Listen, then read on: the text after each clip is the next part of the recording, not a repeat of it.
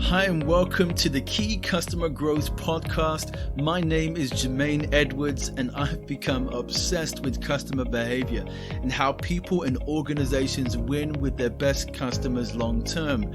After starting, failing and growing my own companies, 30 customer growth projects, hundreds of strategies, and the study of 50 years of customer service research, I've seen firsthand how and why organizations win, lose, and win again with their most important customers. This podcast is my way of sharing those insights, failures, principles, and strategies so you can become what I call an irreplaceable advisor, someone so valuable your customers never want to leave.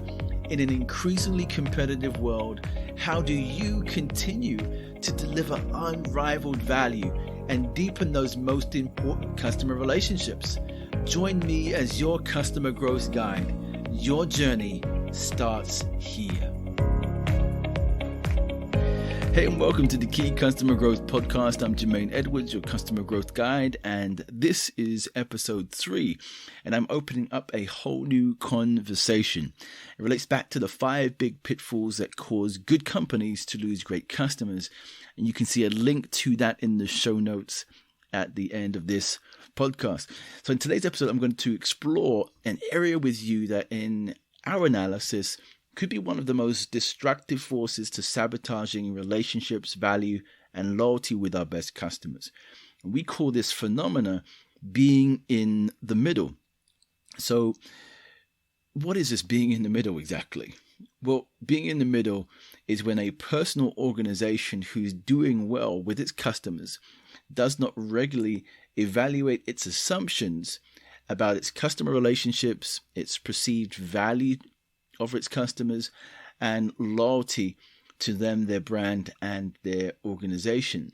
So what happens with these companies, these organizations, is when these assumptions are not looked at, they become vulnerable to competitive comparison. They become vulnerable to the perception of value going down with those specific customers. They also have more cost-based conversations, and inevitably it leads to lost business because they're unable to see, or more accurately see, the real truth that's taking place within their customer interactions. Now, being in the middle doesn't mean that a person or an organization is lazy. No, not at all. In fact, most organizations that I meet are endeavoring to really deliver best practices in their marketplace. They're sending out surveys, they're engaging customers, and they can be doing everything right and still fall prey to this phenomenon of being in the middle. The more a company does not regularly evaluate its assumptions about its relationships, the more likely an organization will fall into the middle, and more dangerously, middle thinking. So what's middle thinking? Well, middle thinking here shows up in a variety of different ways, and it can be really subtle, because in most cases, middle thinking causes good people and organizations to feel safe because they're following all the best practices for serving customers in their market.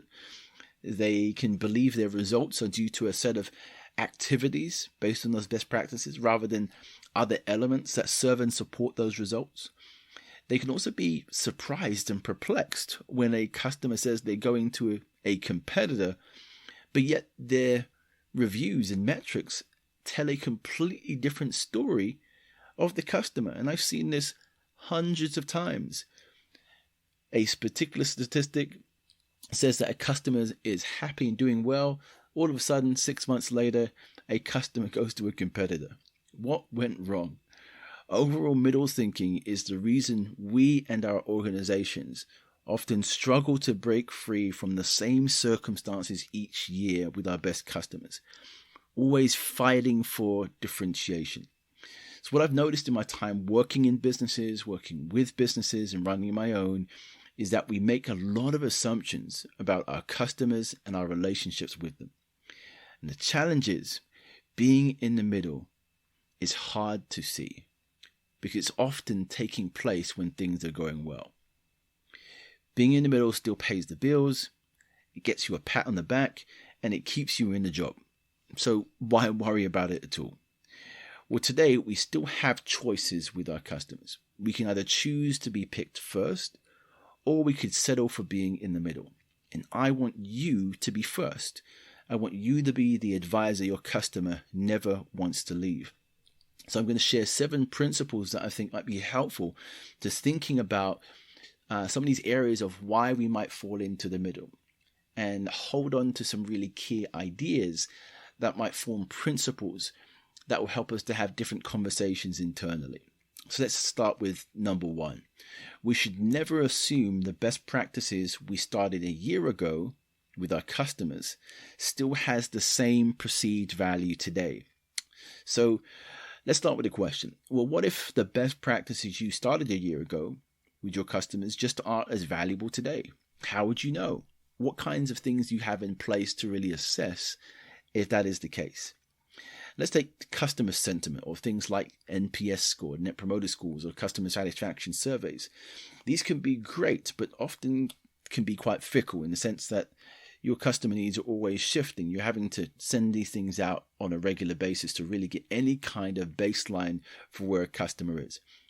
But despite it getting easier to discover what our customers are saying, social listening, different channels, data gathering, internal teams, partners, and so forth, what we're missing is it still doesn't really give us an indication to understanding if our company is really stuck in the middle. Are we assuming that these specific areas or these best practices are actually delivering the results, or are there other things at play? Are we leveraging too much on one specific best practice and allowing that to inform our picture of the strategies and things that we deploy with the customer? Or are we actually looking at the variety of different inputs, and we have a mechanism or framework for evaluating that so we're making better customer decisions? It's a question to you, but it's also an actual warning. Never assume the best practices you began a year ago are perceived the same way to your customer. Satisfaction scores that are going out, the way in which you walk through customer onboarding. Be very, very careful that we're not making too many assumptions in that area. Number 2, ensure the reputation you're after with your best customers actually describes the highest value they want to see. So let me give you an example here. I'll start with a question. What do you want your customers to say about you more than anything? Maybe it's you want to be known as being really high value, responsive, caring. Whatever that word might be for you and your organization, we need to also ask, would that word, phrase, or otherwise best describe the way in which your customer sees the highest value to them and their organization? If you pursued that particular word with all your resource, might, and strength within your organization, would that specific word, phrase that you have as holding as high value be as valuable today for the customer as it would 12 months from now? Meaning, is it actually the highest value they want from you directly? Because if it isn't, then we may have a problem. We want to be known, if you want to be known, I should say, as being high speed and efficient. How valuable is that to your customer today? Or if you want to be high value, how valuable is that to your customer today in terms of what kind of value they're actually experiencing? We need to really ask these questions, because what we're pursuing in terms of really becoming the best in for our customers isn't actually the highest value that they see or want to experience, then we may have a problem with being able to sell new services and products and differentiating ourselves as key players in that marketplace. So that's number 2. Make sure the reputation we're after with our best customers is actually connected to and describes the way in which they would like to see the highest value to their organization. Number 3, be aware of getting too many second best answers from your customers. What do I mean by this? Well, when we communicate with customers, often we fall into the trap of asking the same kinds of questions over and over again. And it happens because we become much more familiar with our customers. And we're not asking ourselves the questions, what don't we know about our customer today that would enable us to serve them better now or in the future? So we don't give ourselves enough space to really consider what the truth we actually need from our customers is. What do we need to validate consistently, and what do we need to better understand as we move forward in our relationships? So often, because we're not asking these different questions, we are essentially getting the second best answer from our customers. And it's the second best answer that we need to be cautious of. And too many second best answers may indicate your organization may be one of those companies moving into or are being stuck in the middle, because we're assuming certain things about our customers by the kinds of questions that we're asking without challenging our perspective. So that's really important. Beware of getting too many second best answers. Begin to think about what is it we don't know, what do we need to validate, and how do we want to gather that information. Okay, that's number 3. Number 4, we must pursue relationships that are highly valued and sought after by both parties. Now, if there isn't value and commitment on both sides for you and your customer, neither will grow. And we can see this in any kind of relationship, friends, spouses. If one is pursuing and the other isn't, one person or one party is going to suffer. They're going to feel like they're putting in more effort than there is. And you can look at a lot of the studies around social relationship theory, where there is a risk and reward analysis that we automatically play in our minds the moment we feel uncomfortable, the moment we feel vulnerable, the moment we feel like our efforts are not being matched by the other person. We can feel hard done by. We can feel like this isn't working.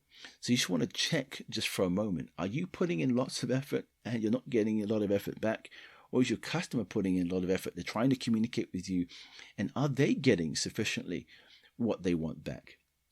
We need to really think about, are we pursuing relationships that are highly valued and sought after by both parties? If those things are not taking place, we have to be really careful and begin to assess, what do we need to do differently here? Or how should we be engaging with our customers differently in order for them to experience it and for us to experience it together with our customers, that we're pursuing this together? That's number 4. Number 5 is confirmation bias unaddressed in your organization will become confirmation sabotage. So let's describe confirmation bias to start with. So confirmation bias is a belief in which people tend to seek out and interpret information that confirms their own ideas. So in other words, people attempt to preserve their existing beliefs by paying attention to information that confirms those beliefs and discounting other information that might shift away from those ideas. So confirmation bias can be seen in all facets of life: political policies, ways in which we engage with our family members, the things that we want to see in our own relationships, and so forth. And it prevents us from accessing new advantage, new information. It prevents us from being able to pivot when needed and make better customer decisions. So we have to be really clear here. Just going back even to one of the other points earlier around getting the second best answers from customers, confirmation bias will prevent us from asking better questions. So we need to be aware in our minds, what specific things do we believe about our relationships today with our customers, that we believe about the results that we're producing, that we believe about the actions that we're taking, that we need to really look at again, potentially. Are there any particular ways in which we can consider that? Maybe ask yourself, hey, what if we're wrong? Or how do we know this to be true? Ask yourself those questions to begin to challenge that perspective. Number 6, don't rely on net promoter scores and satisfaction scores to define your customer view. Now, we touched briefly on this a bit earlier here around best practices, but the danger here and helpfulness of the NPS score, let's take that to start with, it gives you a tested approach to validating the potential likelihood of engagement with existing customers, and it can be really powerful. You're looking at protractors and passives and detractors and so forth, and we know how that actually works. But today there is still hot debate on the effectiveness of NPS scores and its overall use. So the question is, in the NPS score, why do people stay in the middle? And so there's always a follow-up question within the NPS of, can you describe or add more to this? Why would you recommend this? Why would you not recommend this directly? However, in a B2B view, it still doesn't tell us if we as a company are stuck in the middle. We're being perceived as being less valuable, less differentiated to that particular customer. And it doesn't give us an indication to understanding if we're making particular assumptions about the relationship. So are we being compared, or are we seeing commitments? And how do we know? So the NPS score, CSAT, is not a great predictor of the future. So rather than just looking at, hey, would this person recommend us? Let's actually figure out if people are recommending us and how they're recommending us, who they're actually recommending us to and why. And we can often find out more from those questions than we can by just looking at these things alone. Now, you're probably doing a lot of this already, looking widely and not just focusing on NPS and CSAT as the core indicators. But I see this happen with some of the most, professional companies on the planet, people who do customer experience well. They rely way too heavily in this area, and they missed other factors that influence the way in which people think and consume and engage relationally with businesses. So don't rely too much on the NPS customer satisfaction scores to define your customer view. That's number 6. Number 7, the single biggest action you can take to get out of the middle is to know what you want for your customers and what they want. And you can read more about this in my blog, linked in the show notes. It will give you a much more detailed view of what this might be for you. But the key thing here is, if you can understand what the natural next step for the customer is based on what their core vision is for themselves, who are they trying to become, and then what would need to be true, or what particular things would need to be supported in order to help them reach or move towards those different areas across their entire business, you'll have a much wider area of view to begin to see how you could add value in all the functional areas of your customer's business. And you'll become that kind of advisor your customer never wants to leave, because you'll be able to demonstrate your relevance, not just to a single department, but to an entire company. And that's even more powerful than looking at a functional department. So that's the show, and hope you found at least one of these 7 principles of value. I'd encourage you to listen through it again, pick an idea, discuss it with your team, and see what new thoughts and perspectives or insights arise. And I'll see you next time on the Key Customer Growth Podcast. Hey, thanks for listening to the Key Customer Growth Podcast. Hope you enjoyed the episode and got some great value. If that has been your story today, please share, comment, and subscribe so we can reach more people with the message and impact them also. Most importantly, I want to hear your feedback on what you liked or what you would like to hear and see in the future. Look forward to hearing from you, and you can find all the show notes below. Wishing you success in becoming an irreplaceable advisor.